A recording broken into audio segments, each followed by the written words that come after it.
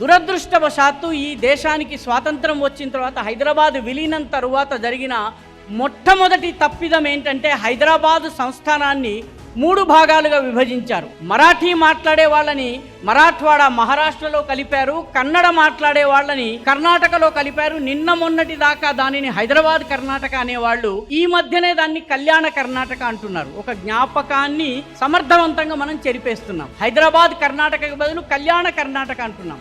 మిగిలిన తెలుగు మాట్లాడే ప్రాంతం ఏదైతే తెలంగాణ ఉన్నదో దానిని 2 సంవత్సరాలు సొంత ప్రభుత్వం ఉంది బూరుగుల రామకృష్ణరావు గారిది.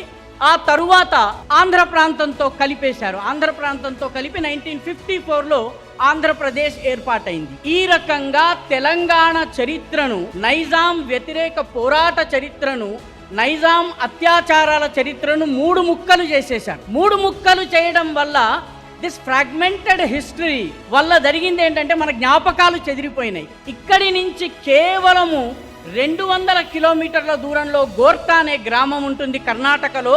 గోర్తా గ్రామం మీద రజాకార్లు దాడి చేసినప్పుడు 250 మందిని తగలబెట్టేసేశారు. 250 మంది చేసిన పాపం ఏంటంటే వాళ్ళు ఆర్య సమాజీలు. తెలంగాణలో ఉన్న వాళ్ళకి గోర్తా గురించి తెలియదు, ఎందుకంటే అది కర్ణాటక హిస్టరీలో అంతర్భాగం.